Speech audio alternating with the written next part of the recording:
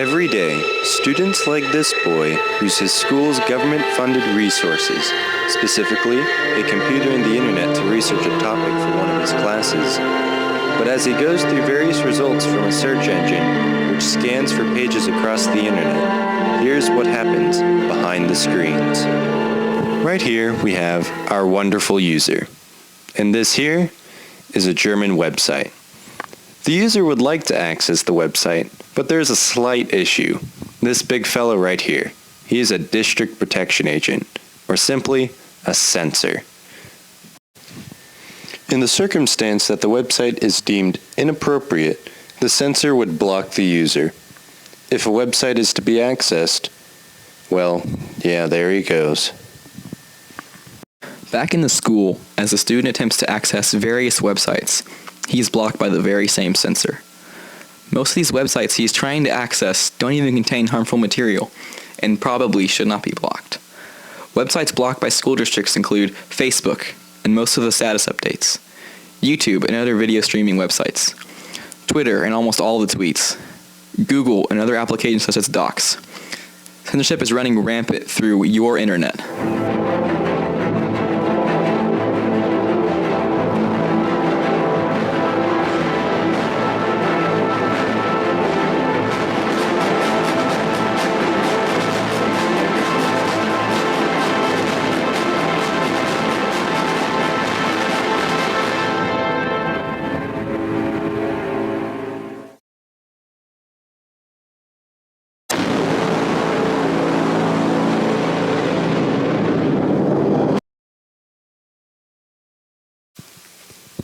In 2001, the FCC passed the Children's Internet Protection Act, or CIPA. This act requires all government-funded schools to block sites that are obscene, contain child pornography, or sites that are harmful to minors. Districts are required to adapt to only protect but not restrict any danger from email or any electronic communication. In general, this censoring is meant only to protect students from internet harm and not restrict them from internet use. We went to a local high school to see just how far this censorship extended. We were surprised to see that some websites were blocked as tasteless. Intrigued, we interviewed various teachers and students to see their opinion on the degree of censorship by the school. I don't necessarily think that, certain perhaps news sites or different things like that should be blocked, and I think the filter that is used sometimes blocks websites that may not necessarily contain the content that is described in the block message. The example you gave was a particular news site that tagged either the site or the article as tasteless or something like that. And of course that sounds like a pretty subjective. I think that pornography should be censored and hate stuff should be censored, but the rest I don't care about. And I think when you're a junior or senior, it should be lightened up a lot. Bringing up a good point, Mr. Scott Shaw talks about how the internet should be filtered differently from grade level to grade level. We asked several other teachers and students about what they thought. I know that students often want to look for things, and YouTube seems to be a really good resource, not just for crazy videos, but for important information as well. At the same time, I know that I've done YouTube searches for innocent things, and things will show up that would not be appropriate at school. And so I think that there's a fine line there. I think that it would be a great resource for students to have access to a lot of those sites, but at the same time, you just got to be really, really careful. Now, But certainly if anything has like sexual content or related to drug use or violence, I can understand them blocking those websites. But how that's determined is an imprecise science, and I think that's part of the overarching problem. I know websites that I've actually created websites that are blocked at school because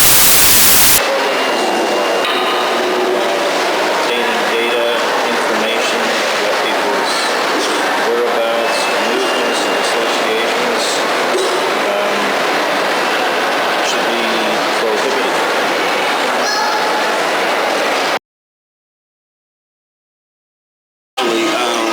comes to your personal information and people having access to your personal information, I think that it's not fair. It really, I think it doesn't give people a sense. Well, it really opens up the doors for so many things to happen. People to find out like your personal information, your life. It opens up ways for people to do harm to you physically and financially. We also talked with a foreign exchange student from Iran. For them, they will do something, but maybe they will not block you. Maybe that's for more, national security, whatever they talk about. I think that's a little different. Censorship is for everything. More about socially, I hope I'm right. Because I'm just 3 months in the U.S. Maybe it's not that much. My opinion is, maybe sometimes a little kind of is what is needed, but it should all be whatever clear to everybody, not something like vague and because in mysterious ways that rises more about opinions because it's not shown that everybody does not know much about it. But nowadays privacy is very, very important object in everybody's life. Everybody needs that because the communication everywhere, in the internet, whatever social networks. So privacy is a very, very important subject in daily life. And that's very sensitive. Everybody's very sensitive about it. I think I don't have that much information about the laws and whatever here is going on right now. But in my opinion, I think that it should be clear and, when people here, the good thing about this, people talk with, it's like it's connected to democracy and people can talk about what they think and actually they make the rules by choosing their elections. I think that if everything goes on very clear, there will be not much,